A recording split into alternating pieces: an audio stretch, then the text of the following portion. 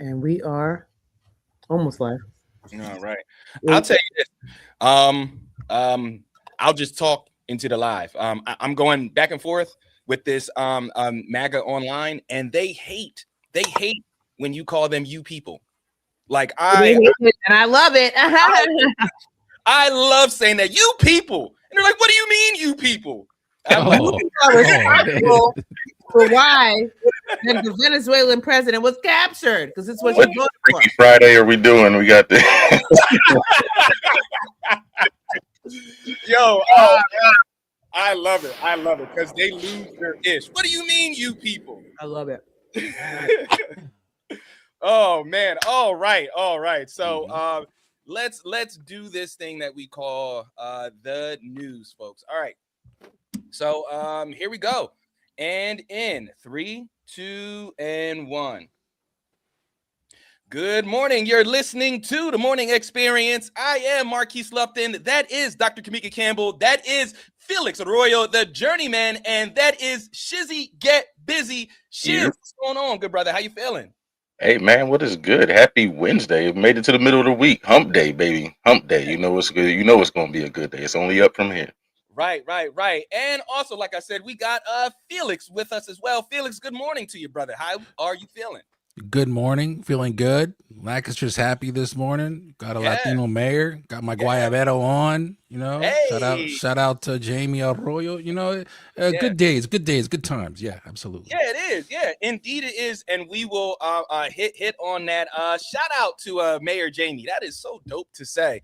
And Dr. K. Yo, Felix, is that your cousin? Yeah, it is. Yeah. Tell your cousin that we need him on the show. So tell him, come on. I've never met him, but I learned.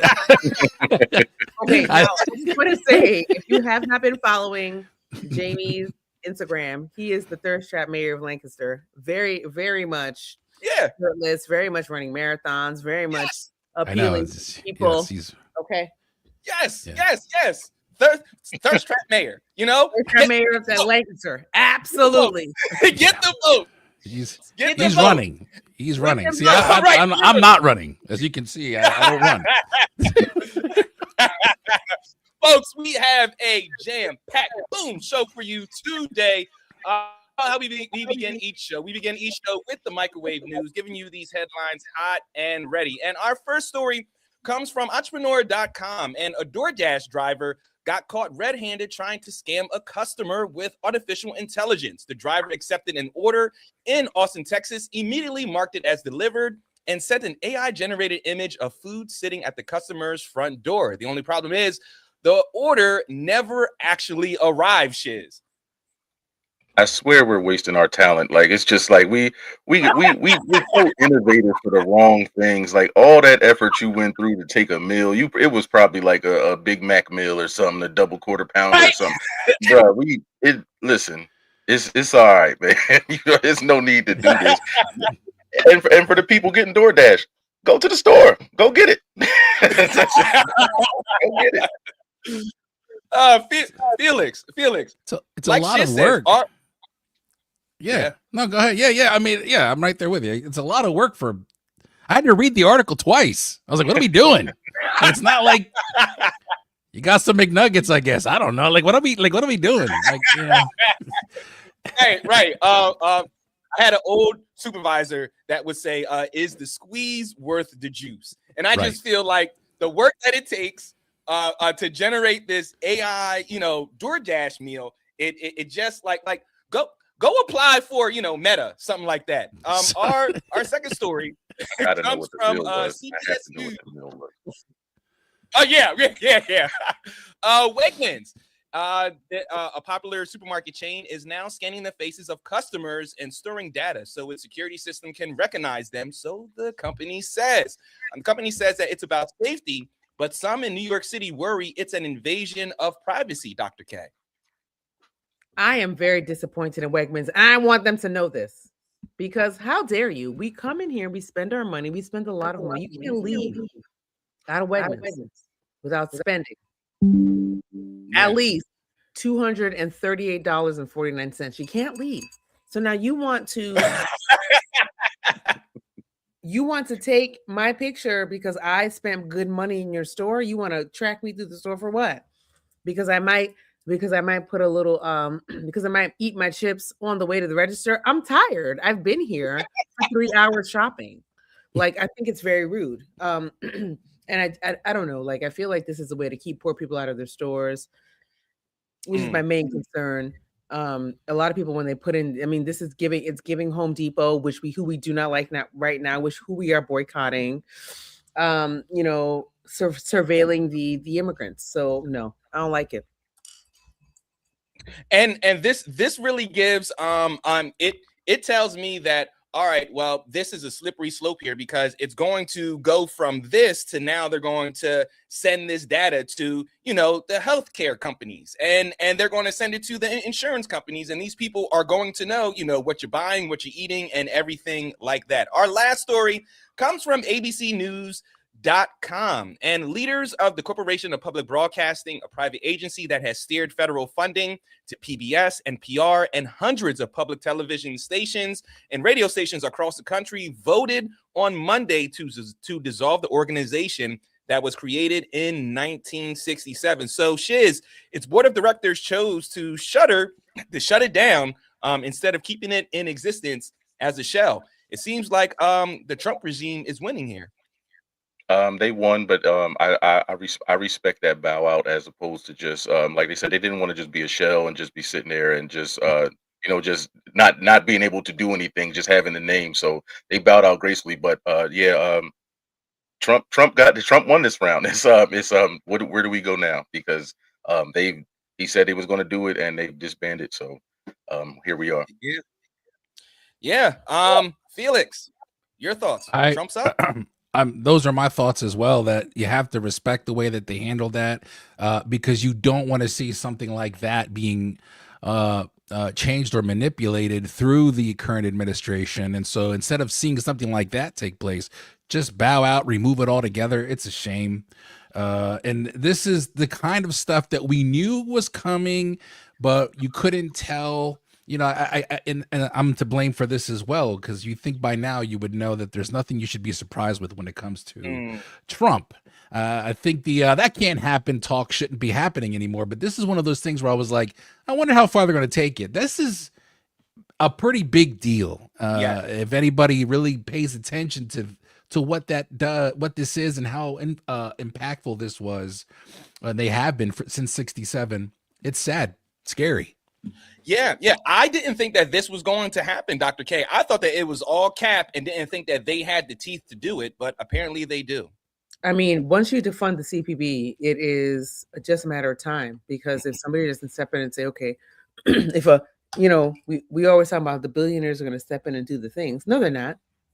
No, they're not. And this is a perfect example.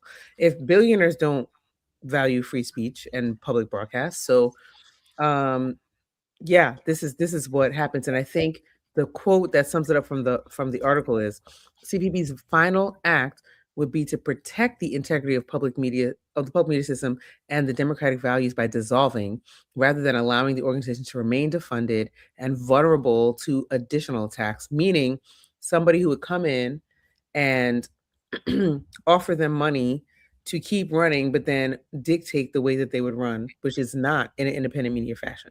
So I appreciate the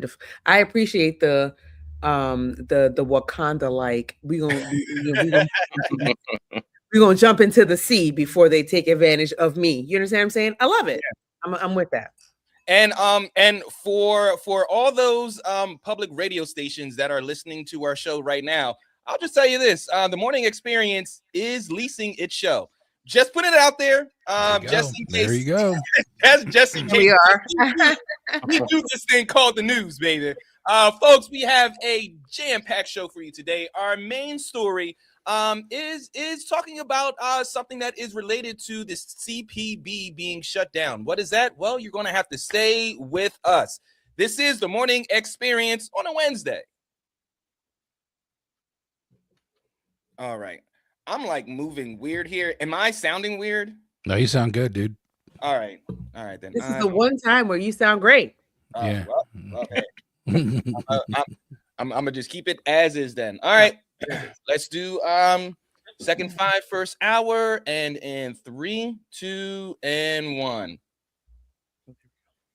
This is the morning experience, and thank you for joining us. Our main story for today comes from Blavity.com, and a Black History exhibition had its invitation removed by Texas State University due to the current climate within the state and certain topics covered as part of the museum. And this is according to university officials. TSU previously listed an anti-DEI law as part of the reasons why the exhibit wasn't approved, but officials later said the law did not affect their decision. Now, Dr. K, I'm going to bring this to you first because we had a similar situation like this with my former employer because they wanted to take away a show called The Melanin Report because it included the word melanin, and they were afraid that they were going to get attacked or fined by this regime because they had a show called The Melanin Report. So they said we would rather just get rid of it and not, stoke this fire, not poke the bear. This is kind of similar, no? It is. Not only is it similar, it's kind of the wave of what's happening. People are more nervous of running afoul of a fascist, racist or administration and regime than they are of like not being able to commune with their fellow people, like with their peers. And I think this is a perfect example with the Melanin Report because they were so nervous. Hashtag WITF. They were so nervous about melanin being in the title and what would happen because honestly, they had no backbone. And I'm gonna just go ahead and say that. I wish more folks would take a cue from Costco and be like, not only do we have the backbone, but we're going to sue you because you cost our company money, which is shenanigans. But that is not what most companies are doing. They're doing this thing which we call obeying in advance, which is one of the first ways that democracies crumble, that strong republics crumble, is by obeying fascist orders and tactics in advance, by trying to, but it's also a side effect of capitalism. Because that's what you do in capitalism. You feel like you can't make any money because you're not,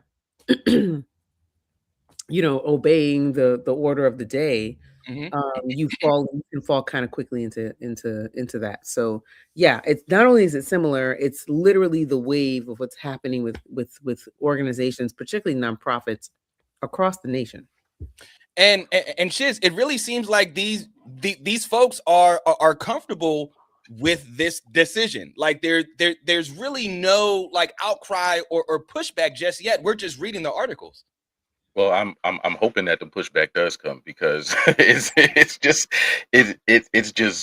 blatant disrespect, and to say the current climate is the reason why, and understand that Black history will show you why we're in the current climate that we're in. So you might as well just have it out there, and then you can kind of let people know. But we are being whitewashed, and our history is being erased right in front of us. And this is just another one of those things. It's just like to deny a Black history exhibition for what? Because of the current climate. This is the world we live in.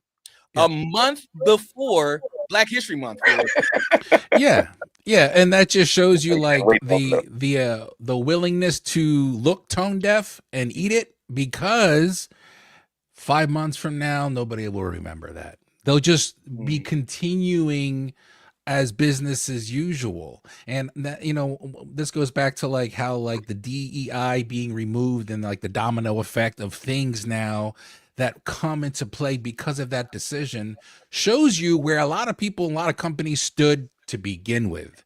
Yes. And they're willing to just step aside so that the bull doesn't get them with the horns, because the money talks, and people with money or the companies with money are predominantly white people that are going to make things move with you or against you and more in their favor. So instead of upsetting the daddies and the mommies, we're just going to do what they want us to do, because that's a lot easier than, to Dr. K's point, why not just roll with the constituents and your peers and actually market that, because that's already been proven that it works. If you can use today's social media presence to get the people behind you, the Ben and Jerry's and the Costco's have proven that works. So it just shows you where people have already stood. Yeah. And the crazy thing is, yesterday was January 6th, and we knew exactly where, certain people stood just a handful years ago on January 6th. Folks, we got more to discuss after this. This is the morning experience. All right, let's just a bunch of good people doing a bunch of good people doing good things. All right. Shiz, this next question I'm going to throw to you. I'm gonna bring up that Stephen A says people need to fall in line because President Trump is coming, and I'll let you take that where you want to take it. I'm sorry, who said that? Stephen Anthony Smith. Let me tell you something. If he has no more haters, I'm dead. You understand what I'm saying too? That's show me somebody that fucked up their legacy. I'll show you Stephen A. Smith. My goodness. All right. Yeah. Let me not waste any more time. And in 2, 1. This is the morning experience. Again, folks, thank you for joining us. For those listening online, go ahead and comment and tell us what you think about our topic for today. Today, we are talking about this mobile museum that has been rejected by Texas State University due to the current climate within the state and certain topics covered as part of the museum. Now, we have said that this is a sense of censure here, of being censored here, and Shiz, folks like Stephen A, who are like media moguls, just massive. They're even saying stuff like you need to fall in line because President Trump is coming. I believe Dave Chappelle said it best when he said, "Who gives a damn what Ja Rule thinks? Who gives a damn what Stephen A thinks? Like, why are you worried about what Danton Stephen A believes? It's always going to be the one person or the few people that get in line. Mass is coming. This is what do you mean? Don't fight back. We see what's going on, and it's just like it's just put out there, and it's just like this is where we are right now. This just looking at this is just like I can see this is going to get worse, and no signs of getting better. I just see it. Right, Felix. You hearing Stephen A. Smith say stuff like this along with some other prominent figures? Where does your mind go? Because it feels like we're hustling backwards here. Yeah, I mean, watching Stephen A. Smith for years on ESPN, you would see a lot of the political landscape being mixed with the sports landscape, and there was already a lot of flack for that. And so now watching Stephen A's pivot, because he's doing a lot of things outside of sports now, that this isn't a surprise. His stance, and he's doing a really good job of really blending it into his overall. He's pro-black. He's just speaking like this because it's going to happen. You might as well. You're missing a lot of people with that type of approach, and it's getting lost in the sauce coming from him because he's got this position, like you just mentioned. He's a mogul. Now he's under the ESPN Disney umbrella. And so, people can say, well, there's puppet strings there. Maybe so, because this pivot looks really, really weird. And kudos to him. He's doing what he's got to do. But it's coming off like you're kind of forgetting some things. And I don't want to act like I know Stephen Smith. I know we don't know Stephen A. Smith. But it doesn't look good. And it looks like you're selling out. And you're actually, you're making a stance that's going to go in line with this pivot that you're making outside of sports. It don't look like he's selling out. It don't look like he's saying that. Podcasters are saying that he's actually being paid to talk bad about black people so that the higher ups, don't have to. Dr. K, back to the article. It says that this news comes as TSU has recently made changes to its curriculum regarding mentions of gender identity and race. TSU has been conducting audits of courses that include content related to gender identity, which culminated in the firing of a Texas A&M University professor for teaching about gender identity. This is a witch hunt. Is it a witch hunt, Marquise, or is it people with limited mental and intellectual capacity trying to make rules because they think it's unfair that Black and brown people have mentions in history books and in curriculum? Is it a witch hunt? Is it a witch hunt, or is it more like y'all are trying to further codify racism because you feel inferior? Is it a witch hunt, or is it more that y'all can't stand that Black people have thrived under the conditions that you've set for them, the conditions of lack and conditions of less? So you're mad about that. So you're trying to create more conditions where folks, you know what, this is really going to get them. They can't thrive. So is it a witch hunt, or is it them trying to play catch up to the laws that they thought were going to limit Black and brown, particularly Black folks, that didn't limit us, right? We still showed up in their universities. We still showed up in their HOAs. We still showed up in the banks. We still showed up at the grocery store. We showed up in their neighborhoods. We still own property. So is it a witch hunt, or is it them trying to overcorrect for the idea that, we truly were trying to get y'all out of our societies in the first place, and we felt like we didn't succeed, and now we are here trying to, correct the fact under a fascist and racist regime that we didn't get to do it the first time.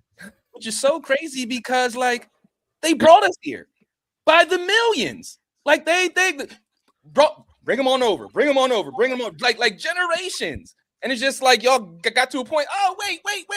What are y'all doing? It's too much.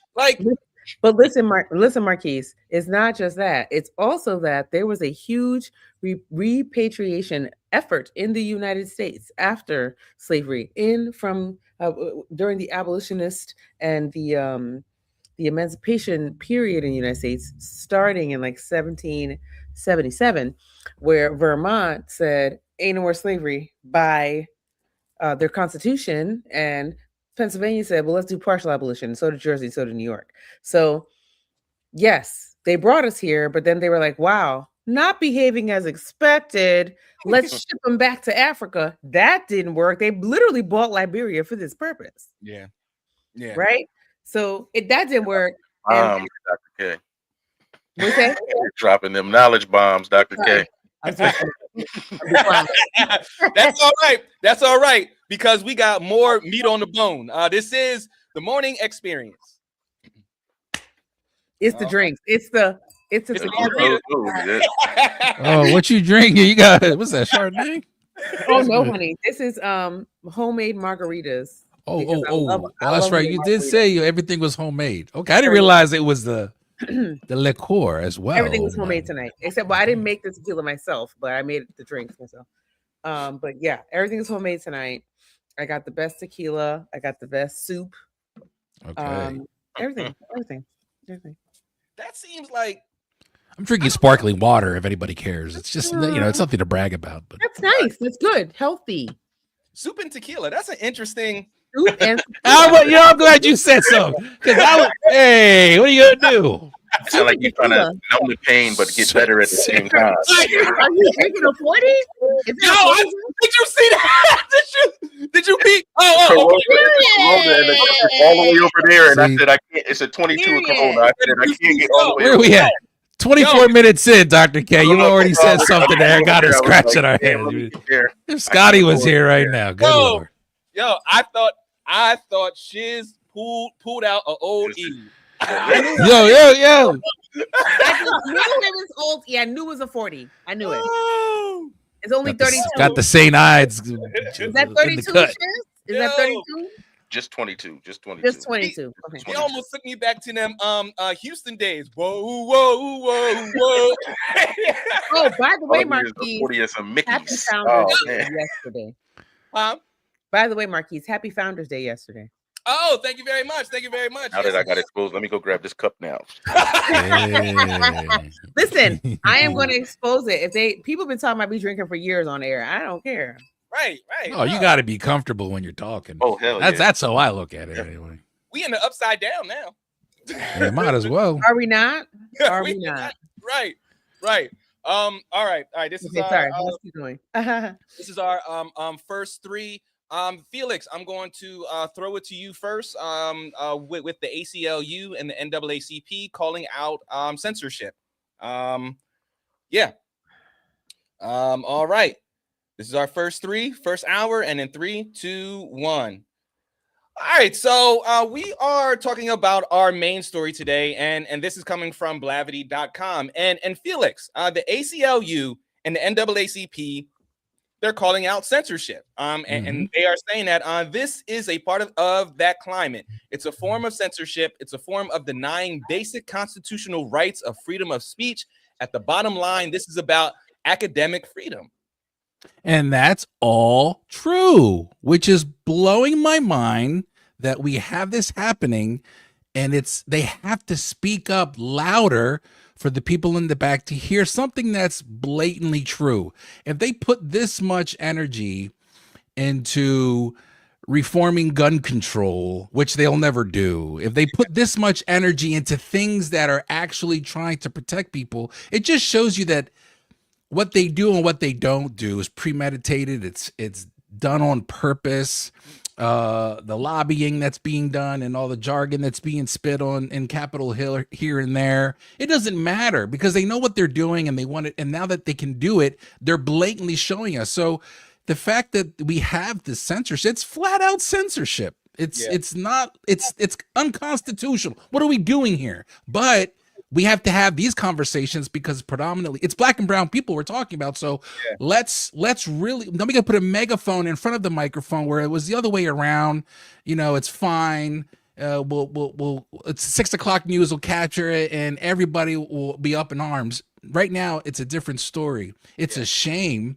But when I'm sorry, when I see this, I'm just like, you guys know what you're doing. You're putting a lot of energy. This goes back to like the whole AI photo, the thing we just talked about. You're putting a lot of energy into something over here that just shows you have the capability to do what's right. Right. Shiz, when I heard that it was Texas, I was like, man, Florida going to Florida, and I guess Texas is going to Texas. And it's again, we are being just completely wiped out. Just like I won't say wiped out because we are fighting back, and you have smart people like the Morning Experience, who let you know things like this are going on. But it's like we're seeing this happen, and we were told this was going to happen, and you know when people came out and they were like, well, I'm voting for Trump because I don't like Kamala or whatever your reason was, we said this was going to happen, and it's happening now, and it's just like. It's like you see the car crash coming, but you don't move. You just stand there, and it's like we have to do something because again, if you listen to the Morning Experience before, we've had a story where we are in the like you said, we are in the upside down. We have a white woman who is suing because they wouldn't let her play Harriet Tubman. Oh yes. So we're like, what type of times are we in? Right? It's wild. It's wild. It's like you can't show Black history, but we're suing because a white woman can't do blackface and be Harriet Tubman in her Wonder Woman play. All right. That's how you know we are officially in the upside down. Upside down, man. Folks, we got more after this. This is the Morning Experience. All right, that was our first hour, second hour in 3, 2, 1. Welcome back to the Morning Experience, and thank you for joining us on this Wednesday. So, Dr. K, the article also says that some organizations have backed a letter. And in this letter, it was sent to the TSU president, Kelly Damphouse, and the Texas chapters of the ACLU and the NAACP Legal Defense Fund. They are saying that they are highlighting that SB 17 does not bar diversity, equity, and inclusion in teaching, which they're trying to say that it does. Yes. And I think this is a very important distinction. So the Senate Bill SB 17 in 2023, now this is before Trump was reelected, right? Is a law that prohibits diversity, equity, inclusion, and inclusion offices and activities at public universities, not in coursework. That's the difference. So you can't have the offices, but they're trying to lump the coursework under activities, even though it looks like the original law was focused on offices and activities. For example, under this bill, you could bar a Black student union, a Hispanic student union, a Caribbean student union, a African student union, etc., and the activities thereof. This one, they're trying to stretch that to say it also includes what you teach in the classroom. So I think that's a very important line to draw in the sand, because are you truly, and I think the answer is yes, but let's see how it plays out. Are you truly going to try to stop teachers from teaching history? I think the answer is yes. Mm-hmm. Unfortunately, I think the answer is yes. But I do think them backing El Hakim and saying this is a form of censorship is important, because I also overall think SB 17 is nonsense. It's nonsense to say that we are banning students from expressing their own historical and cultural experience at school. So I think it's important for them to also just buck against that law, period. Fight back. And Shiz, fight back. That's exactly what it is. You hope that people just realize what's going on. It's not a thought no more. It's not a what if or what can happen anymore. It's happening now. So what are we going to do right now? And the only thing we can do is fight back. We have to make everyone aware of what's going on, and we have to actually fight back in a real way, not just complain about it to each other like we always do. We have to actually do something.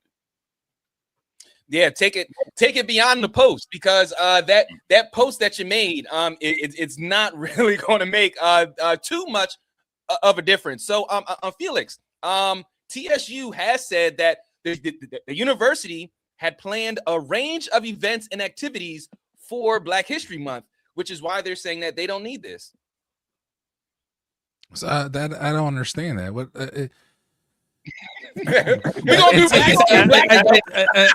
That just gives me like, hey, I got, you hold the prize in one hand and you hide it behind your hand and back, and you tell your kids to get, which one do you want? What are we doing? Like Dr. K just said, we're talking about history. So what are we talking about really? We're talking about you not wanting certain history to be accessible. That's what you don't want. And so now it's kind of like, well, why would you want that? You can have that. I mean, we're giving you Black History Month. I mean, what do you guys want? You want more? It's history. Nobody else has to negotiate their history. And that's the one thing that's always kind of been a problematic thing for me personally. It's just kind of like, what are we doing? Why are we playing this game about history in this country? And when you start talking about it like we're doing right now, you get blanketed with the woke tag, and now that word's been hijacked and used to signify that people are just trying to distort the change. It's ridiculous. So when it comes to, you should just be happy for Black History Month, they can kick rocks and pound sand. I want all the history. I want to be able to have history accessible across the board, period. Right, especially at a university. Folks, we are just scratching the top of this story. I'm more than sure there will be a bunch more stories to come out about this, especially in the state of Texas. So we got our top 10 with Shizzy Get Busy, and then we have our things that make you say, on a Wednesday. So this should be fun. This is the morning experience. All right, I'm gonna go upstairs and I'm gonna give me some more to drink because it's been a long week. We've invaded Venezuela. We apparently think we're in charge of Venezuela, but we're not. It's been a lot. And there's Greenland too. And what else? Oh, and Greenland's up for discussion. So it's Cuba. Apparently, it's too much for me. And I keep asking people, what the heck does it have to do with the United States? Ain't got nothing to do with us. Nothing. Nothing. All right. First four, and we are going to be talking about searching for jobs in 2025, 2026. Oh, wait, I'm not leaving for that. I'm not leaving for that. Let me sit back down. Hold on. All right. In 3, 2, 1. This is the morning experience, and I just wanted to ask the team, when was the last time you searched for a job? Was it 2025? Hey, has it been this month? We're only 7 days in. Has it been 2026? Me, myself, I've been looking for a couple months, and the job search, it's just ghetto. I mean, it is one of the worst times to be looking for a job. Dr. K, I know that you just got a new job. Congratulations. Hey, congratulations. Can you tell us how that job search was for you in 2025? I was let go in 83 days from an organization who said they had money right before I got there, and they eliminated my position. So it came, they literally let me go the same day, which sent me into a job search tailspin. So from June, what was that, the 3rd or so, until the week before Christmas, I was looking for a job, and I think I applied to over 600 jobs in that 5.5-month span. Most of them were ghost jobs. We can talk about what that means. And then most of them were just positions that I was just applying to apply to meet my unemployment measurements. But it was probably the worst. It was most likely the worst season of job applications I've ever done in my carry the one 26-year history of looking for a job. Yeah. How about you, Felix? Did you get out into the job search field, or did you kind of stay put? The beginning of last year I did, and I at that point it had been years since I had looked for a job, so I just chalked it up to, well, things have changed. It's kind of, it's not like it was. It's not as easy as I thought it would be, as it was. But then I noticed this current year, I hadn't looked for a job, but my son did. And I, even just helping my son trying to find a job, he's starting to work. You have this thought process like, well, you just got to go and you just got to apply and nobody's hiring, or it was so difficult even for a 17-year-old to get a job. It confused me because I always thought that that's something that would always be easy to get one way or another. You may not get the job you want, but you know what I mean? And so that's only been my experience with it. How about you, Shiz? I fought with the mayor recently to get better wages at my job, but I have not looked for a job, and I hated that process of looking for a job, especially back when we were younger and we had to go to the mall and fill out the job application. But it was like I hated writing your name and your address over and over again. It was just like, I hated that process. And I can just tell that now it's just like, it's slim pickings now. it's slim pickings now on actual decent jobs. And a lot of jobs that you get into, you're like, what the hell did I go to school for? 1,000%. Like, I could have not went to school and been further along in this position than you know what I mean. Like it's a lot of these jobs out here are a lot of fluff, as we say. Yo, The thing that got me was that I had a job coach. Like I just got sick of it after like 6 months of looking. I was just like, all right, like let me get a job coach because maybe I'm just out of the fields for it. You know, maybe what? A job coach. We're like, come on, fill out that app. Yes, you got it. We're gonna go to this station and this station, and we're gonna one more app. You didn't put that in the PDF. Start over. Erase it and start from the beginning. But this job coach really helped me out with my resume, which I thought that my resume was like, you know, pristine and everything like that. She picked my resume apart for one, and then two, she was like, "What part of this is AI?" And I was like, "Ma'am, all of it." Yeah, yeah, really. The answer is 100%. 100%. And you know what she told me? She said, "Well, this is why you're not getting any hitbacks because nowadays, if you use AI." Like their AI system will pick up the AI code and cancel your resume out. But here's the other thing as well. If you use a template, like even if you use a Microsoft Word template, when it goes through the automatic tracking system, the first page of your resume is going to be all code because of that template. So you're going to get rejected if you don't use AI but use a template. She was like, make it make sense. She said you have to do it from scratch, blank page, old school style. Do it from scratch where it is all you. And I was like, wow, I had to pay a couple $100s to find this out.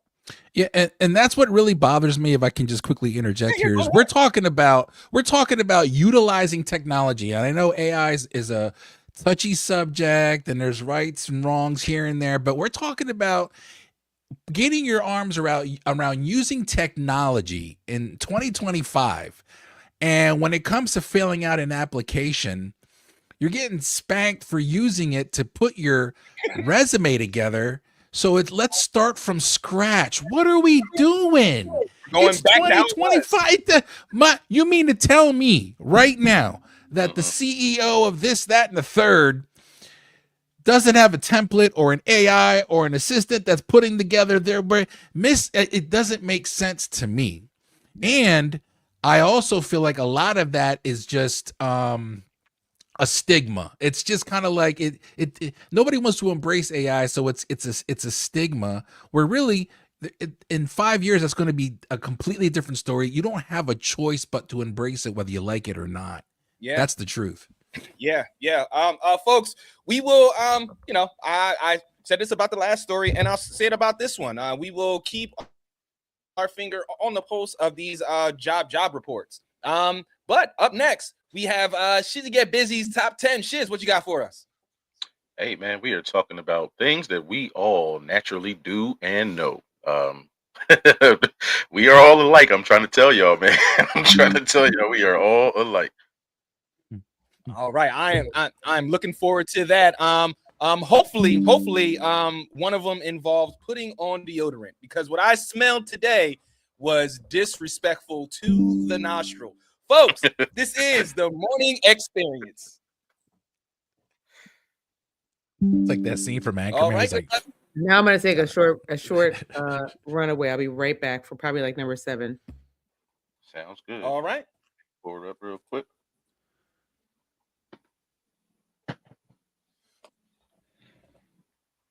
All right. Good to go? Yes, sir. All right. On you, brother. And in 3, 2, 1. Welcome back to the morning experience. You know what time it is. It is Wednesday, and it is now time for an all-new top 10.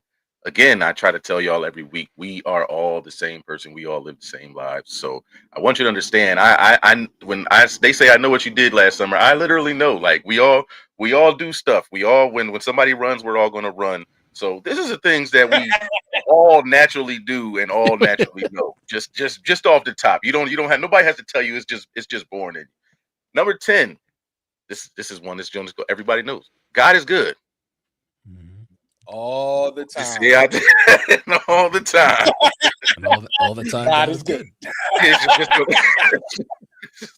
If you just have to know that. I don't understand how everybody knows that, but we all just know that no matter what. It was like this meeting at the cookout that the old heads had, and was like this is how it goes across everywhere. And yeah, I can't even tell you how I know that. It's just like embedded in me. I just know it.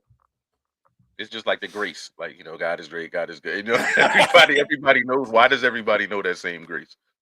Right. God is good, God is great. Yep.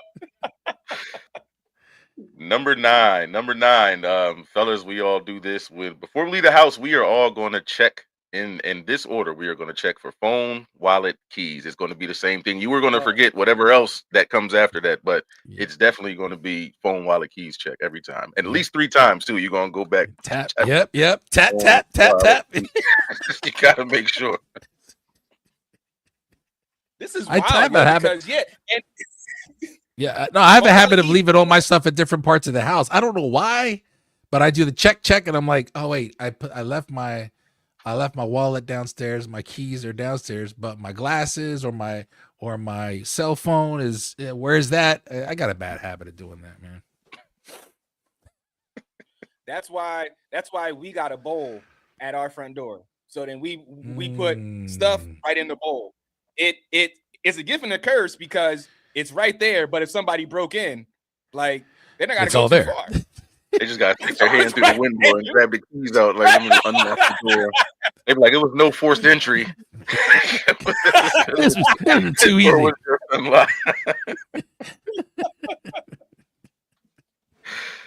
Number 8. Listen, spaghetti won't stop the show. We will keep the Tupperware with the spaghetti stains in it, and we will not get rid of that Tupperware until it burns a hole in the microwave. That's the only time we will get rid of some Tupperware when it starts leaning a little too much, or the lid don't fit no more. But we will put some foil over top of that. You be forcing the lid on there too. Yeah. Or put some aluminum foil over it because the container's still good.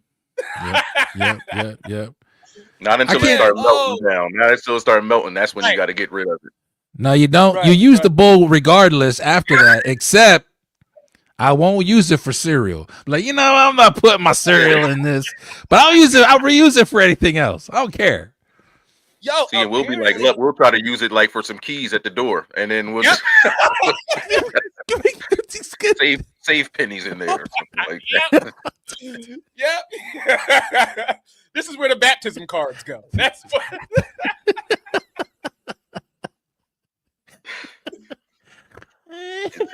We are all the same person. I'm trying to tell you.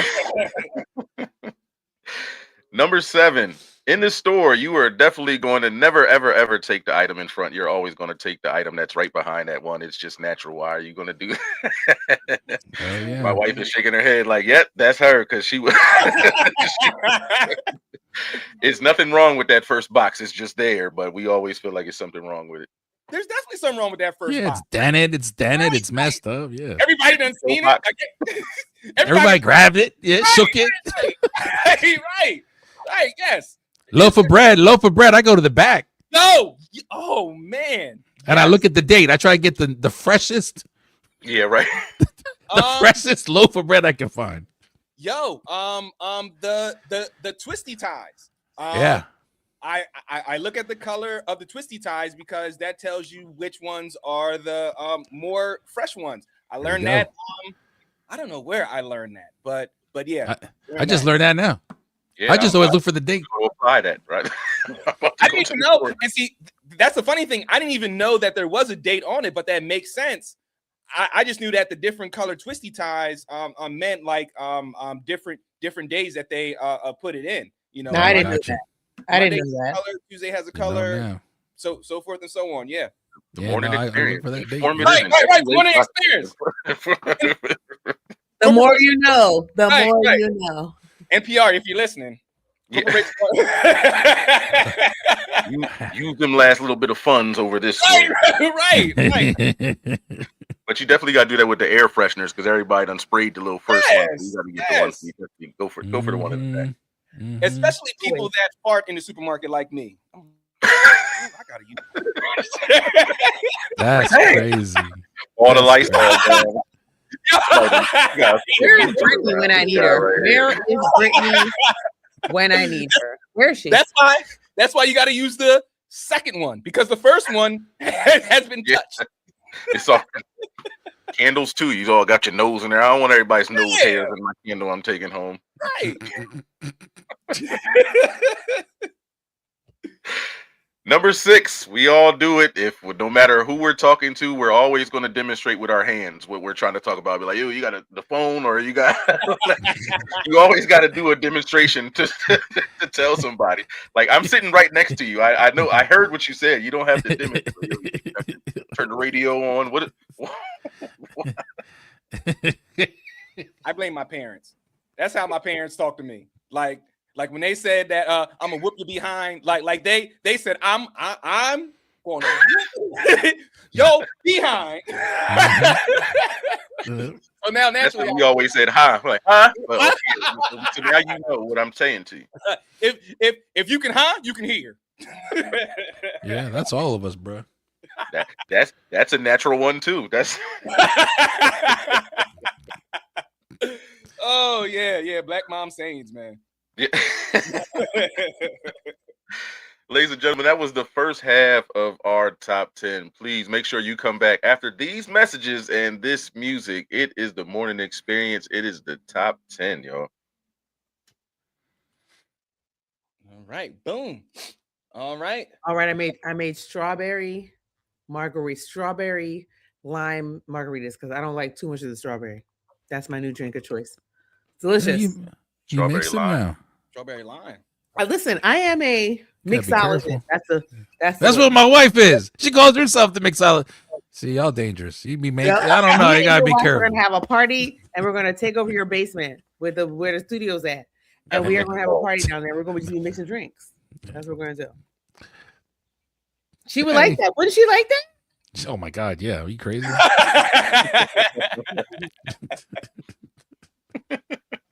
She would love that. I already knew. Well, hey, I'm looking for my invite.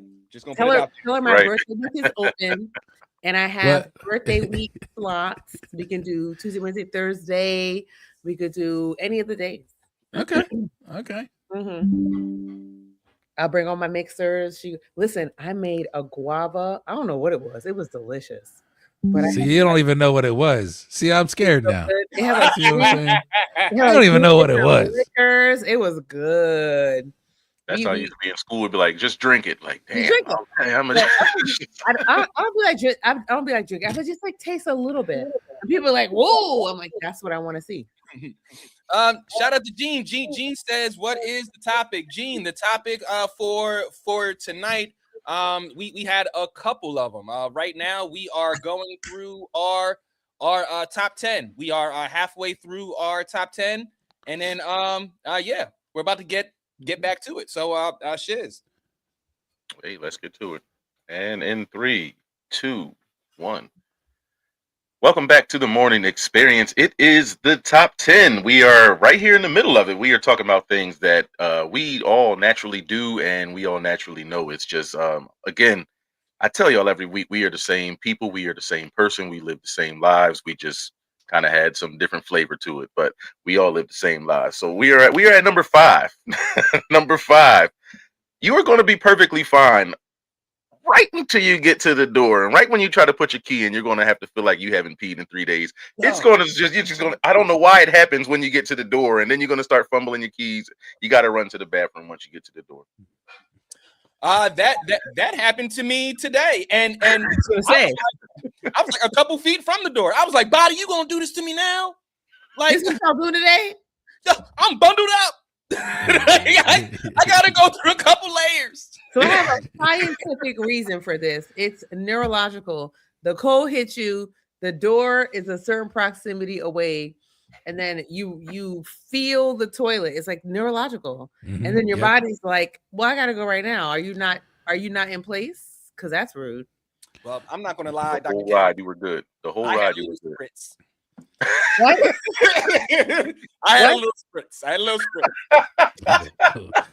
A little missed. A A little. little spritz. You know? When you like, gotta go. If you pan the camera down, Lup got on the little daycare pants that they send you home with. That don't match nothing you got on. We call it in the ladies' world. We did a little tinkle. We did. Especially when you hit. See, now I'm telling my age, but I don't care. Especially when you hit perimenopause age. Something about holding it is not. Your body's like, absolutely not. We're not doing it. We object. Thank you. Older you get, it's like alien. If you, yes, it is. Fact. Big fact. It's the worst feeling ever, and just like the white people in the movies, you're gonna fumble your keys when you trying to go. Yeah. Trying to get in the damn door. You're gonna turn into a whole white person trying to get in the door. You forget that you got two locks, not one. You got that deadbolt. Try to you try to open there, like, okay, I got the deadbolt. You're running from the monster that is the pee-pee, trying to get in the door. Yeah, it's a lot. I do have a trick for that though. I just pretend that I don't have to go. Like I try to trick my mind. Like even though I gotta go, I'm just like, man, I'm good. I don't need that's to not go. a good trick because It works. I'd be like, it calms me down. And my body's like, well, guess what? Well, guess what we're gonna do right now? You may not have to, but I do. So but I'm going right now. You say what you want. You say what you want. Number 4, hey, we're all up there in that age. We were from the times where everybody was super social, and now we're all kind of a bunch of introverts. Now you're gonna somebody's gonna call you, and you're definitely gonna watch your phone ring. You're just gonna, and you're not gonna like shut it off or anything. You're gonna literally. No, I'm gonna watch it. You might not even turn the tone off. You might listen to the whole thing. I'm gonna watch it, and I'm gonna cuss them out for calling me. How come you didn't text me first? Why didn't you text me for? Yeah. I have text messages. You need to tell me what is the reason for me having to discuss anything with you. Why do I gotta talk to you on the phone? Because I don't. I hate when people text me low, and then 3 minutes later they're calling. It's like, yo, you didn't even give me a chance to answer the text. Yeah. Like, don't do this. Don't do this. Or they leave a voicemail, and I'm like, really? When's the last time I still have to set mine up. It booted me out. I haven't used it so long. New voicemail, 47. You actually left the voicemail? I purposely put mine to be like, the caller you have called has not set up their voicemail. Goodbye. And you're still leaving a voicemail. How did you do that? How'd you do that? You did emergency breakthrough. Remember that when you used to be on the phone doing emergency breakthrough? I have to leave a message like on her phone. Why we hated things. Number 3, we all did this, especially young gamers. We used to do this all the time. We're going to blame they when something goes wrong. Who the hell is they? We always be like, man, they cheated. Who the hell is they? Like, where did they come from? It's the opposition, bro. They always cheated. All the time. They always cheat. Oh, Dr. K, there you go. There you go. You don't That's being my favorite. Here she is. Thank you so much. Britt, what up? Britt Lupton says, I'm a notify anyway type of gal. And then Jean says, I will Harry met Sally V-mail if it is necessary. Forget about it. And, period. Yes. Blame the controls. Because when I hit X, I want you to do what I want you to do, regardless if X is something else. That's what I had in my mind you were supposed to do. Right. I didn't mean to shoot it. I meant to pass it. And if I shot it, I should have made it. All of that. All those. What you mean I missed? Right. Number 2. We are going to absolutely complain about somebody doing something in traffic that we do ourselves, but since we're not in a rush at the time, and now we got to complain about it. But we definitely do the same stuff, and now we're being Karens about it. Listen, I'm absolutely complaining. Oh, so you got to the light and it's green. You wanted to wait 3 seconds. I wait 3 seconds all the time. Because what if somebody is coming from the left or right is going to hit me? But the person in front of me when I'm in a hurry, so you're going to wait 2.9 seconds to go? Yeah. Wasting my time. Wasting my time. I just don't like the way they do it. Because I can respect it if it's done right. But most of the time, they ain't doing it right. Like, I know what you're trying to do. But you're trying to time that red light. You're trying to time that red light so you don't got to brake. But you're doing it wrong. Doing it incorrect. You're getting kind of close to my car. First of all, why you wait for the light? You should have slowed down properly at the light, and you didn't do that. And now I'm all up in your bumper. This is your fault. Yeah. And then when you in a rush, you're like, get the hell out the way. It's a post-COVID world, so driving rules, driving laws are out the window, especially in Maryland. Oh my God. Different. Oh yeah. I'm not a big fan of driving in Maryland. No, crazy. I'm not a big fan of driving, period, anymore. It's just like, man, people can't drive at all. Absolutely. What the hell happened to people? Yeah. Who gives the license away now?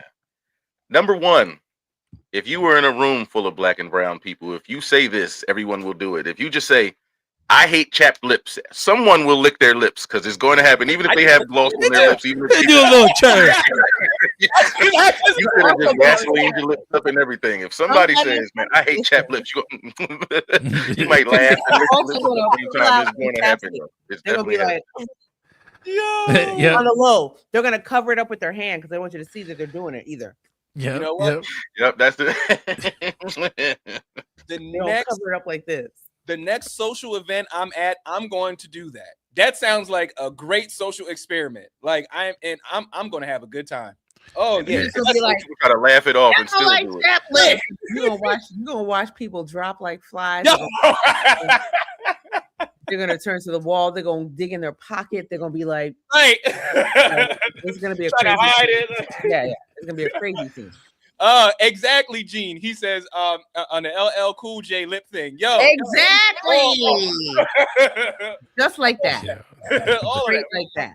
He was a little excessive. I don't know. There's no reason to be doing all that lip licking. Yo, he was. LL had the girls get the little tasty stuff, the tasty lip gloss. And Princess like licking his lips. He did it for everybody. Yeah. Then he had to he would kiss like his peace sign, like, and then it was like, oh man, that was his wrestling sign when he did did his. Yeah, he did that. Oh. They kept taking the camera off him. They was like, yo, you gotta stop. You gotta cut it. The attitude era no more. You gotta stop, bro. Like it was like the Elvis era, like censorship, but just for lips. Man. Lips. But ladies and gentlemen, that was this week's top 10. Please, if you missed any of this top 10 or any other top 10 or any of the show, please make sure you check us out on Spotify, Apple Podcasts, and iHeartRadio. It is the morning experience. It's the top 10. Hey man, enjoy y'all Wednesday, y'all. All right. We got our here's what I propose. If you guys come to Harrisburg one day and you do the show here so I can make you these delicious margaritas. They're so good. Okay. I'm 100% down with that. I'm not scared of no margarita. Period. There you go. I am 100% down with that. Period. Yeah. And they found my car, so I'm back on. Well, I'm friend, you got to tell us offline. So they found the car and what happened? Yeah, put the Viper on that joint. Oh yeah. I definitely am. They contacted me like 5:00 in the morning. My insurance company did and told me to contact the police department that's one county over. One county over. I thought that they,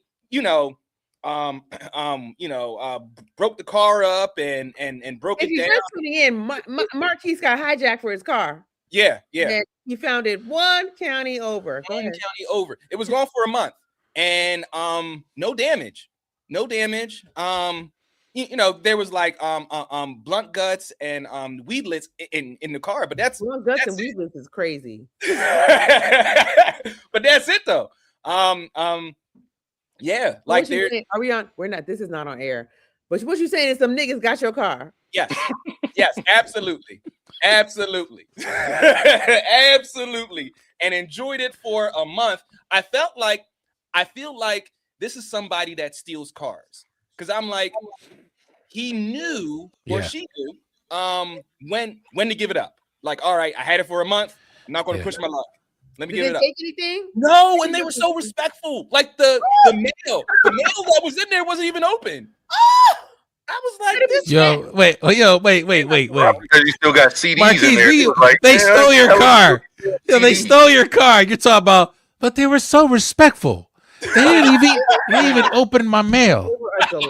They're so nice. And I swear they topped off the gas too. It may have been 87. I take 93. I don't give a shit. Fuck it. For a month, they had to have topped off the gas. Had to. And I almost guarantee that they had sex in there as well. So I was like, y'all definitely got to detail this. Definitely. It was the young boy from The Wire that always stole the cars.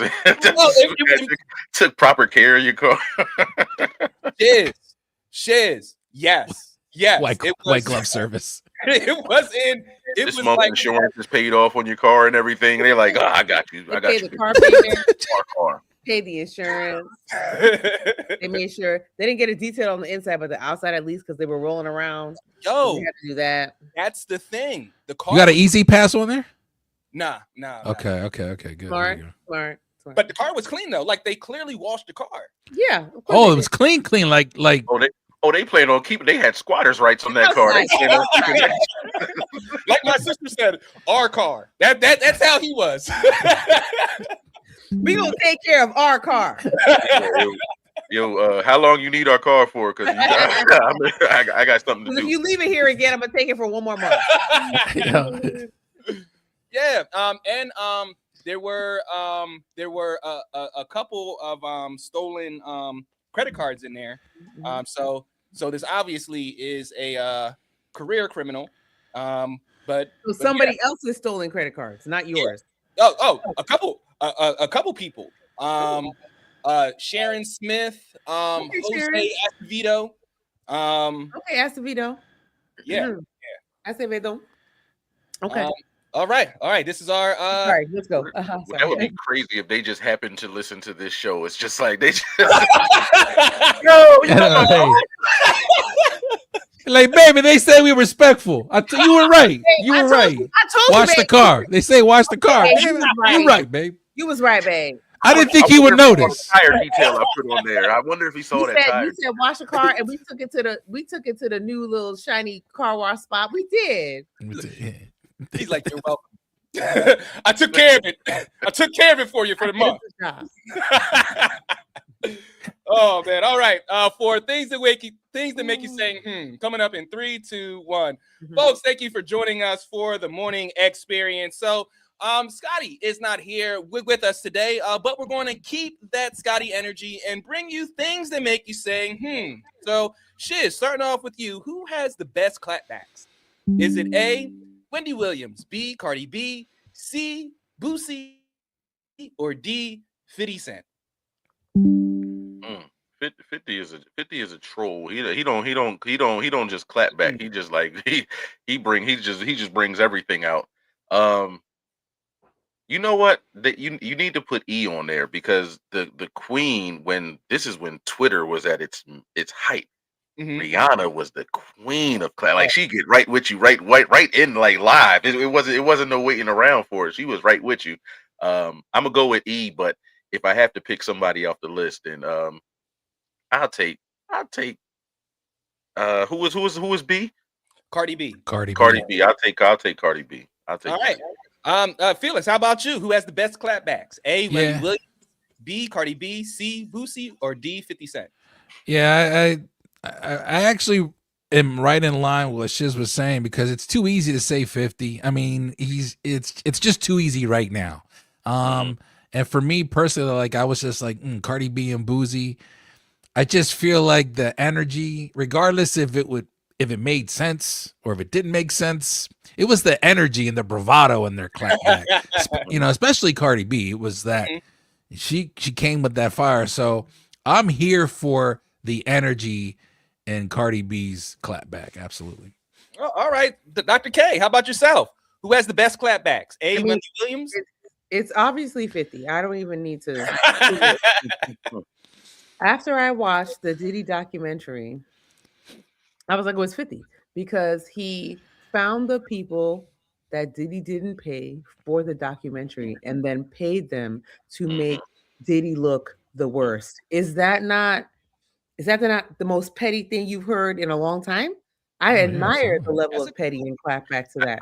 Because Dr. K, I agree. The levels of petty reach by 50 Cent is like this should be studied. This should be studied. Like the definition of kick a man while he is down. Like, and then after he completely decimated it, he was like, "Oh, y'all still on the documentary? I got other things cooking." He didn't even care about that level of petty. That's how normal this is for 50. He didn't even care about it. He was like, "Yeah, I paid him, and they did what I said." And now I'm on to the next petty thing I'm about to do. Petty as hell. Promotion. What? I'm gonna have to disagree with y'all. I think it's Wendy Williams. Nowadays she's brain dead, so like you don't really know. But Damn. it's like, all right, that was hard. Damn. I'm sorry, man. No. It wasn't that bad. It was Shiz's. It was Shiz. I just sent the message to her to listen to the show. I was like, we got a decent morning show, And now she just listened in, and you talking about she brained it. Damn. That was Shiz. Shiz put the spice on it because that would have just went, and y'all would have been like, yeah. But Shiz was like, damn. There's somebody Googling Wendy Williams right now. Like, is she brain dead for real? Don't you put that brain dead on her. Damn, just brain dead. They just like Brittany said, nowadays she's brain dead. It is insane. It's crazy. She was for a minute there. Yeah, she had that title. I could see that a little bit. Like, yo, did he put hands and feet on her? Like that's how she was. Usher gripped her up. Like Bobby Brown even swung on her.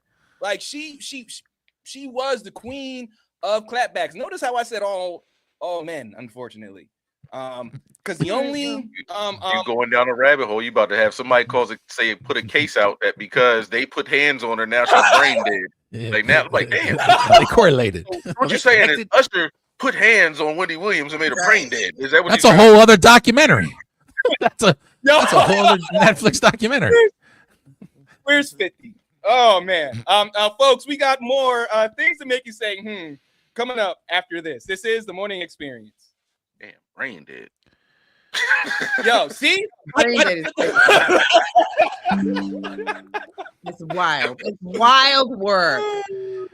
He said, I'm gonna choose Wendy, even though she's been brain dead for a decade. That's what I heard. Oh man, America, pay no mind to the people in the boxes. All right. Final three, and in 3, 2, 1. This is the morning experience. Thank you for joining us. We're doing things that make you say, So this one is for the fellas, mainly because I want to read my sister's response, and I really want to hear what Dr. K has to say about our responses here. So, Felix, I'm going to start with you. Which of these do you notice first which of these do men notice first when they meet a woman? Is it A, shoes, B, teeth, C, hair, D, shape? Which one of these do men notice first when they meet a woman? I would God's say, watching, tell the truth. No, it's going to be truthful, and it's got to be shape. I have to be honest. Yeah, it's got to be shape. It's got to be shape. I feel like hair is a close second. Shape. Yeah. And the time of year. Where are we at? You know what I mean?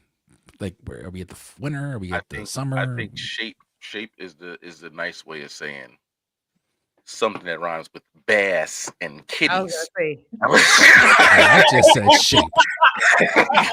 I answered the question with the option that was provided. Okay. Don't tell me. I just want to get to know you. Oh, man. This is not Boomerang. I know he was with feet, but shoes, he'd be like, oh man, she was gorgeous. She had a good personality and everything, man. But she had on those the white girl Air Force Ones, and they was a little. I couldn't deal with it no more. She got the K-Swiss on.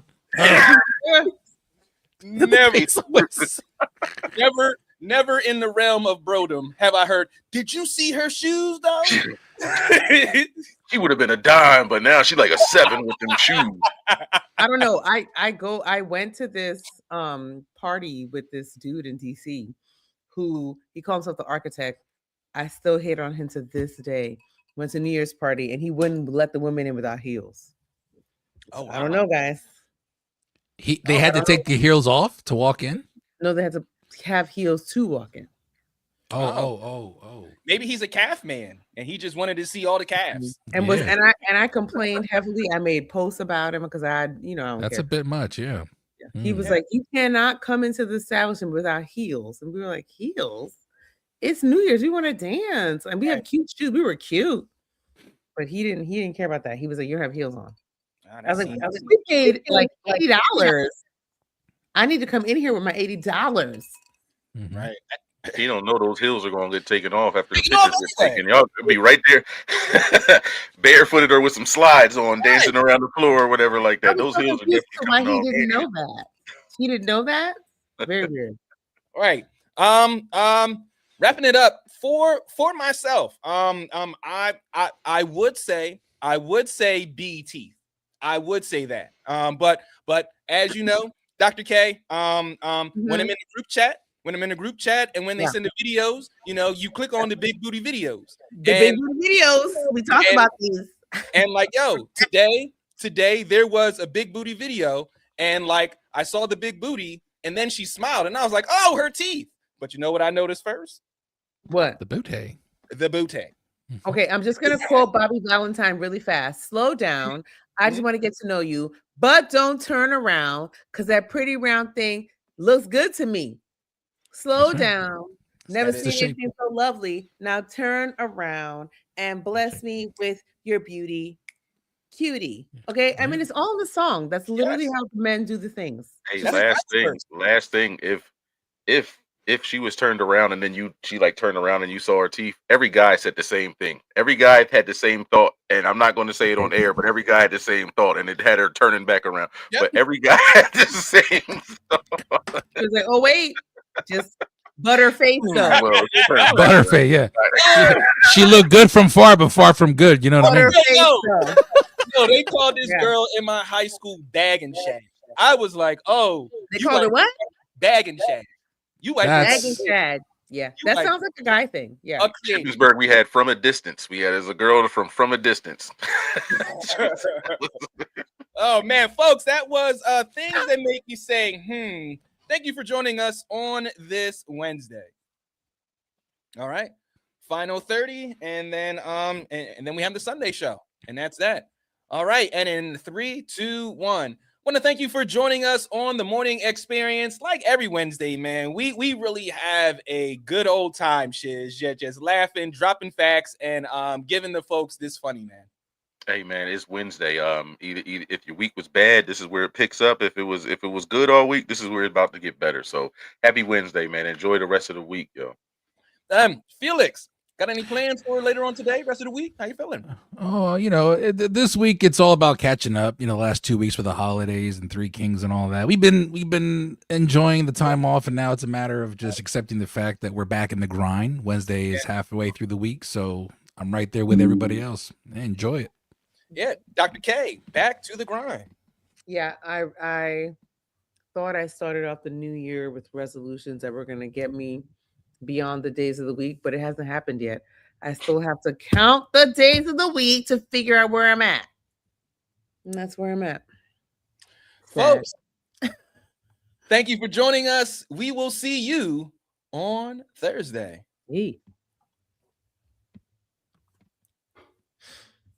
That was fun. Yes. So we got our microwave news, and then that's that. That's that.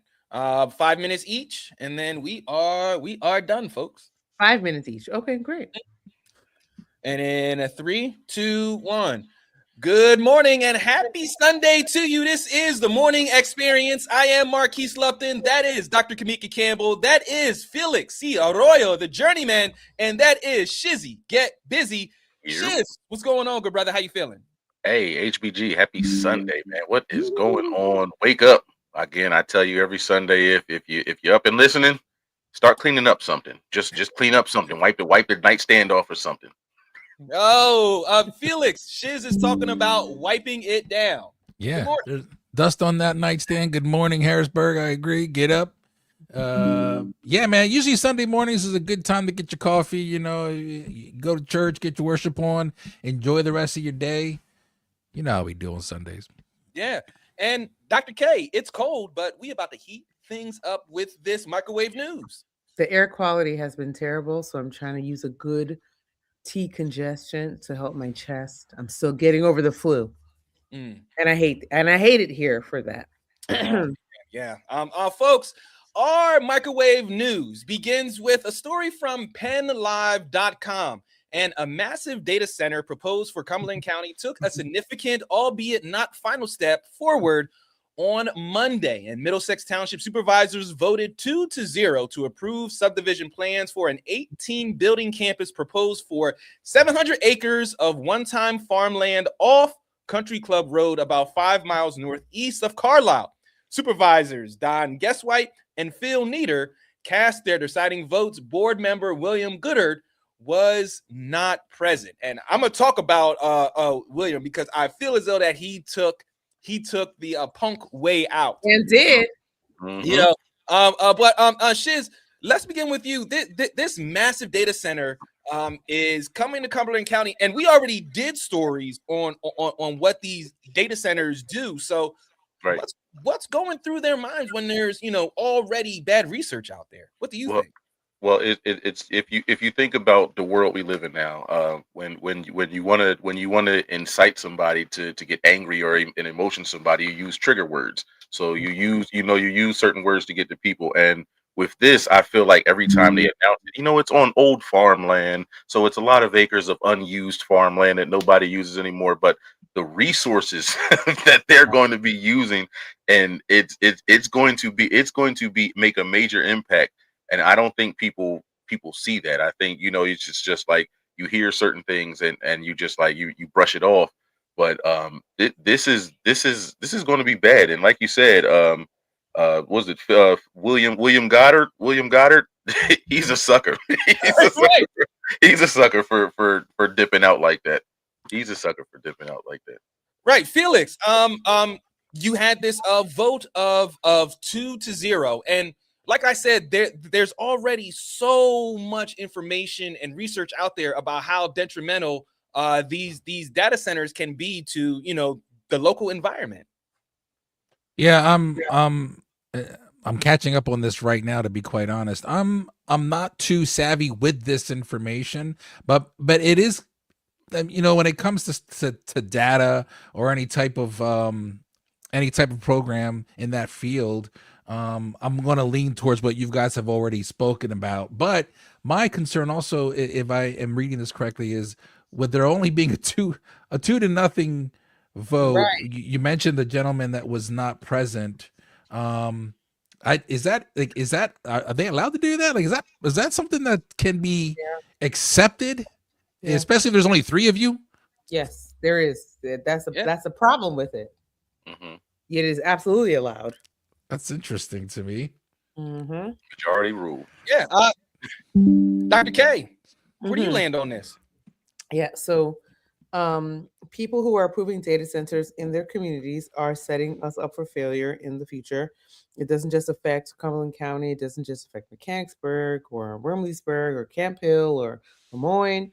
It affects everyone in the region who is going to have to shoulder these costs. So I think it's short-sighted, and I think they should be planning regionally for this and not by municipality. And the way they are going around uh, being accountable is planning municipality by municipality and presenting it like the cost is not going to be too much for that municipality, but it is. And for the surrounding municipalities that have to depend on the utility commissions that exist in their area, in the state of Pennsylvania, and that govern their particular areas. So, yeah. The thing that worries I'm me sorry, here, brother. yeah, One go thing ahead, people Jason. should definitely take into consideration with this is that um, the goal with these people putting this here is that in the long run it'll be successful. If it's successful, it has to expand, which means it's going to take up more space. You're going to need more land. You're going to need to accommodate more. If it's unsuccessful and they have to move and they can't expand there, they're going to move somewhere else. So now you're stuck with this big big facility that's just taking up space. Yeah. It's just you're damned if you do, damned if you don't. And it's just like there's consequences to all this, and I just really hope people see this stuff. Plus, the AI bubble is about to pop, baby. And so Yeah, we're planning for all these data centers all around the region, all around the state. And we are not sure that the future of AI is going to be able to sustain these data centers. They are sucking up water and energy out of the atmosphere. The water is not assured to return to our atmosphere. So they're sucking up water. They're creating the highest energy costs we've seen ever. Um, it is not sustainable, and they're also not sure about the actual technology itself. Like they're telling the public that they're sure, but the technology is subpar at the highest rate you've ever seen. So why are we digging up our entire infrastructure to support AI when we're not even sure what it's going to be like in the future? yeah. And the thing that gets me is that we did a story on this in San Antonio, and the data center in San Antonio caused the drought. So this is something that could possibly come to the doorsteps of folks in Cumberland County. There could be a huge drought problem on top of the already drought problem that they have been having for the past couple of years. So folks, like many stories, we are going to keep our finger on the pulse of this, and give you the updates as they roll out. So moving right along here, our next story for microwave news also comes from PennLive.com. And the state college police department underreported hundreds of rapes in its public crime data over nearly a decade. And this was done by a 10-month investigation by Spotlight PA.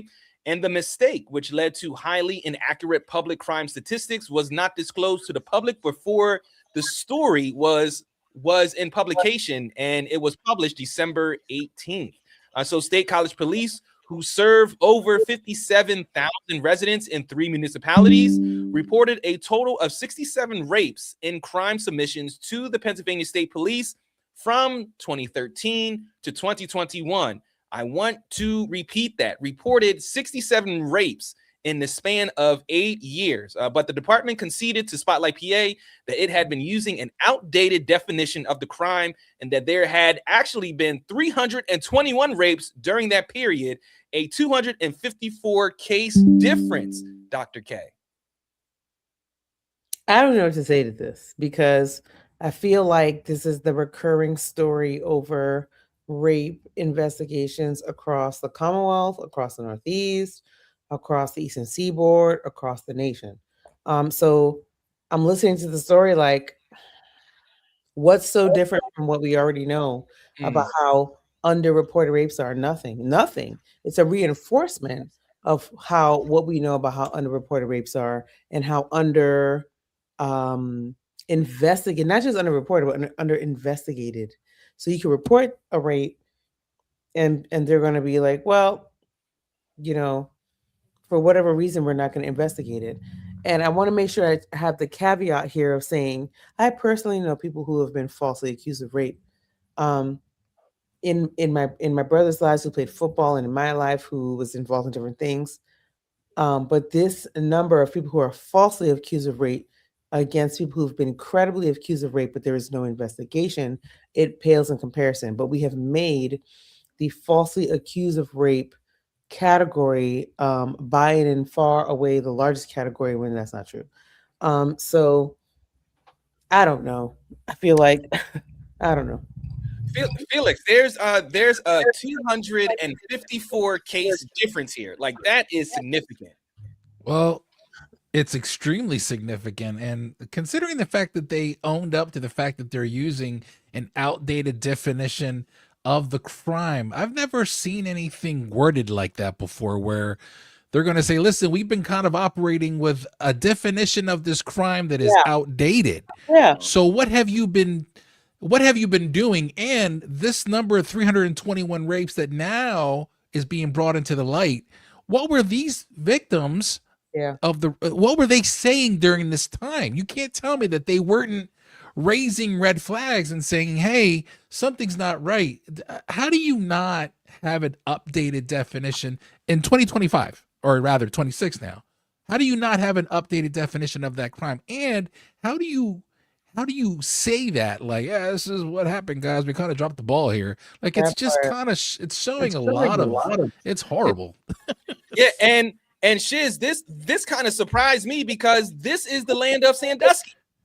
Well, if you look again, like you said, if you look where it's at, it's going to be underreported. That's not going to be something that's going to drive people to come to your school. That's not going to be something that's going to keep money coming into your school.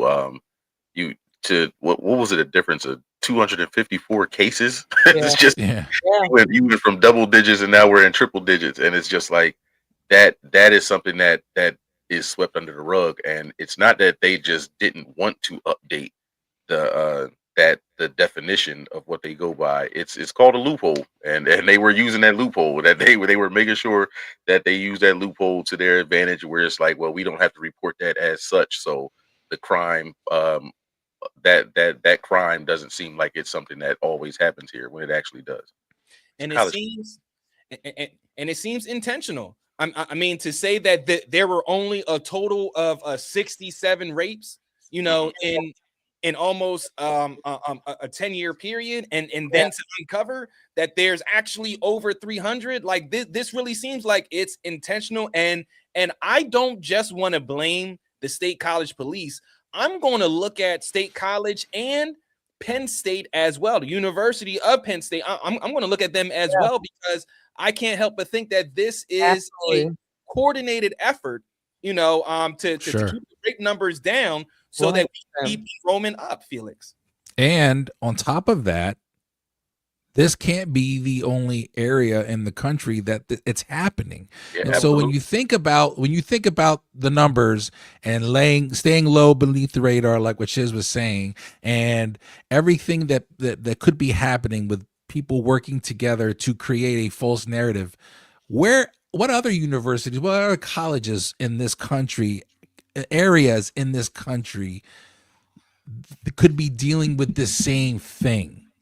I would say there's a lot of it going on, which is really perplexing to me. It's daunting, and it's not like we said, listen, we thought it was 300 and really it was 324. It's 67 rapes versus 321. That's a huge difference. So it's intentional. It's disgusting. And it's State College. It's crazy. And it has me thinking here, Dr. K, your university police versus your city police. When I went to Shippensburg University had its own police that it employed. When I went to Morgan State had a police station on campus for the Baltimore PD. Yeah, they weren't Morgan State police, or they were Baltimore PD. For the State College Police, they are employed by Penn State. So there's that conflict of interest there. Like, yes, they cover those three counties, But Penn State, Penn State University is the ecosystem there. So you're going to listen to and follow and take heed to, what the administration has to say, Dr. K. Well, I'm just going to bring up old wounds. I'm going to open them up because this was the biggest contention around the Sandusky case for Joe Paterno. When things were going on, the police would, and we had campus police. Even in the later days, I went to Penn State between 2009 and 2014. But even in the later days, they would bring the athletes who may have offended or done something that they were never going to be actually face justice for. They would bring them to Paterno, and the campus police and also state college police who were not like campus police would be like, well, what do you want us to do with them? And they were like, we'll take care of them. Now, this is a long history of that. I'm coming along in 2009, 2010, 2011, 2012, 2013, for 14. And I'm seeing and hearing this stuff. It's an open secret. So yeah, I have no confidence in a system that allows law enforcement to answer to a singular on-campus entity who has no interest in justice, but only has interest in preserving the reputation of the football team. Yeah. That is absolutely true. Real quick. When something like this happens, down the line, something will happen again, and then people will come forward and they say, "Well, why didn't you say anything?" And you got 254 people that said something. Great point. and their testimony and their story was pushed to the side. So it's just like people are saying stuff. It's just like it's not getting properly reported or properly. This was the point on main campus. There was a New York Times article and a something else article that came out that talks about how what the people and professors have been complaining about for at least 15, 20 years was an open secret. This is all documented. I don't have to make it up. These are much more reputable. I mean, used to be. The New York Times has since fallen from grace, but much more reputable organizations than Black Newsbeat or My Singular Voice or whoever, who reported on the fact that these things were covered up by Penn State's administration. But this is not just localized to Penn State, not localized to main campus. How this happens across the country is very much due to a pattern of how we do not believe, listen to, investigate, actually try to get some kind of retribution for victims of sexual assault. That is true. And folks, our last story for this morning comes from YDR.com, and Pennsylvania is set to receive more than $193 million in 2026 for rural health care through a new federal program designed to blunt the impact of impending Medicaid cuts and support medical services in these communities. The Commonwealth's leaders celebrated news of the award, saying it will help extend healthcare services even to remote parts of the Keystone State. Now, Felix, when I read this, right, I'm like, isn't that Trump country? They voted for this. And once again, you're having people that you voted against come in and help you. Like this is I'm speechless. Yeah. I think when it comes to something like that, it's always interesting to me, and I'm not a savant when it comes to politics. So when it comes to like what is predominantly a red and a blue or a like you just said, Trump country, you never know what's going to happen and how the dominoes are going to fall. One of the things that I kind of did notice here as I'm reading through this real quick is, to me, $193 million is a lot of money, but Pennsylvania was 34th in the pecking order. Why is that? That's one thing I'm not too savvy about, is I'm not sure how they determine, you know what I mean? But yeah. Shiz. Pennsylvania is a heavily populated state. It's like in that same part, it was just saying that they're receiving 34th amount of money. It's just like there's a lot going on here. There's a lot going on. This money is again, you said it's a lot. Um, hopefully it gets to the right place. I know that they were they were going to kind of give it out to certain organizations and let them do what they will. So it's like those trickle downs again, where it's like, let's hope that the right thing happens with this money. It's a step in the right direction. It is a step in the right direction on Dr. K. But I really can't help but just revisit, like, this is going to go to the Kentucky part of Pennsylvania, and these folks did not vote for this. Maybe I'm just being too harsh here and too sensitive. I mean, you're not wrong. These are where all the other subsidies are going for the state too. So I mean, yes. This is what's happening. There's this concentration on the rural with an absence of focus on the urban and suburban and inner city, if you may, or if you will. That's purposeful. It's purposeful because for some reason we think as this country that people who have been systematically left out of everything are getting too much, right? So the emphasis is on the rural on purpose. It is. Oh, that's a good point. That's a good point. So on Shiz, the article says this funding will be a catalyst for locally driven initiatives. Gotta pop up here. For locally driven initiatives and solutions focusing on sustainable innovations that will strengthen rural Pennsylvania and make high quality care accessible throughout our Commonwealth. And again, maybe I'm just being sensitive here, but I'm seeing that the Shapiro administration is stepping in and filling in those gaps that the Trump administration caused. Yeah, pretty much. So it's just like we're putting the band-aids on the wounds that were caused, but it's like we shouldn't be doing this. This money should be going elsewhere. It should be have a better use for it. And again, right there, it says it in there that strengthen rural Pennsylvania. So there's a lot of people in urban Pennsylvania that need a lot of help as well. So let's make sure that the money is going to be distributed right. It's again, it's going to be given to organizations, and it's going to be on a, hey, do what you will with it. And we already know how that goes. So your hesitation and your skepticism is definitely well warranted. Completely. Yeah, and I want you to know something, Marquise. This money is not going to go to health care. That's the other part about this that you have to know. Under the guise of healthcare, a lot of this money is going to go to AI.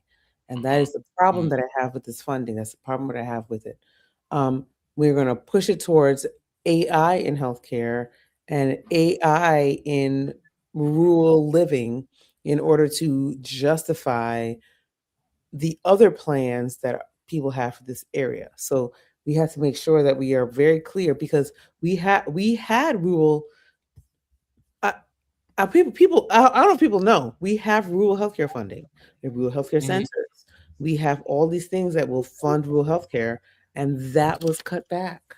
That was cut back because they don't like Obamacare. They don't like the Patient Protection and Affordable Care Act, which we have dubbed Obamacare because it happened under Obama.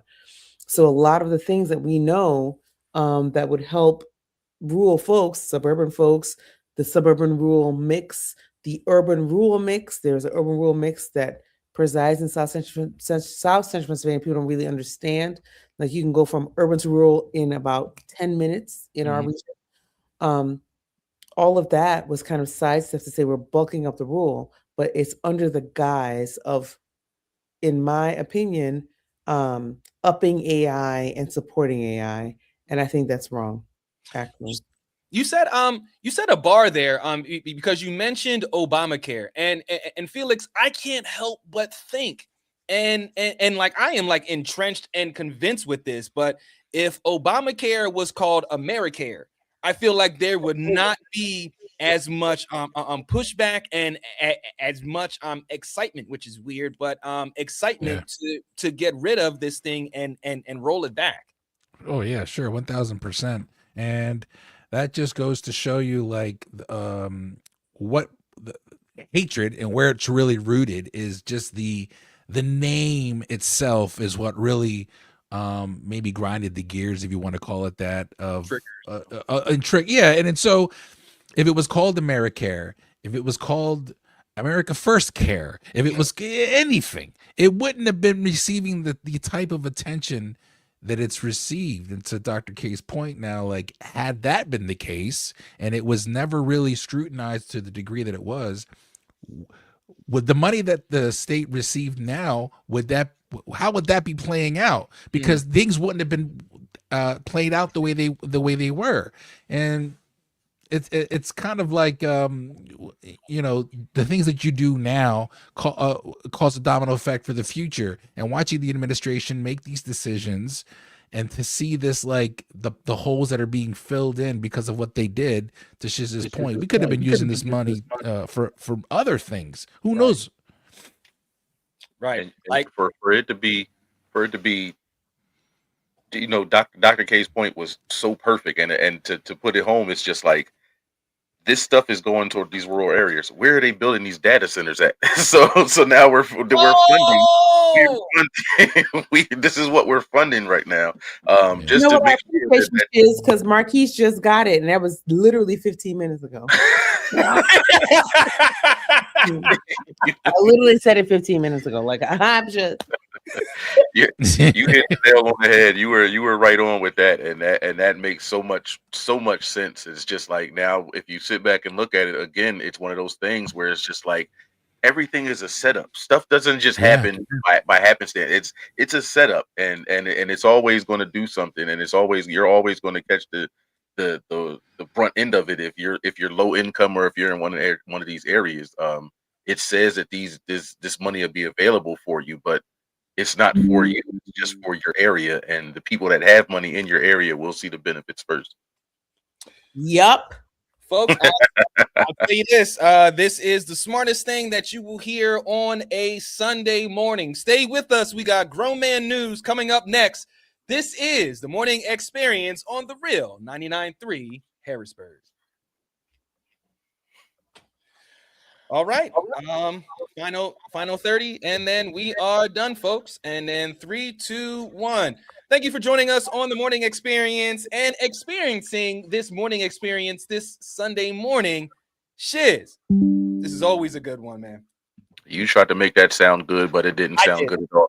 Happy Sunday, everybody. Don't let that justify your day. Have a better day than that.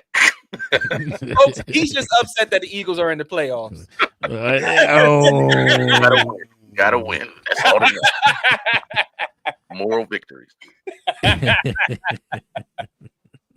Felix, happy Sunday, happy Sunday, y'all. I can appreciate the breaking of the fourth wall there. I liked it. Don't ever give up. Don't ever give up. Y'all be safe, Harrisburg. Take it easy. Oh, Dr. K, take us home. Harrisburg, don't play with me, because we have primaries coming up for 2026 in literally the petitions are starting in 40 short days. Sign the petitions of the folks that you want to see on the ballot, and hurry up, because we have some work to do in 2026. There it is, folks. You heard it here on the Morning Experience. Get active, get involved. We will see you next Sunday. Peace. That was fun. Yeah, yes. All right. Well then, yeah. I'm going to end the stream.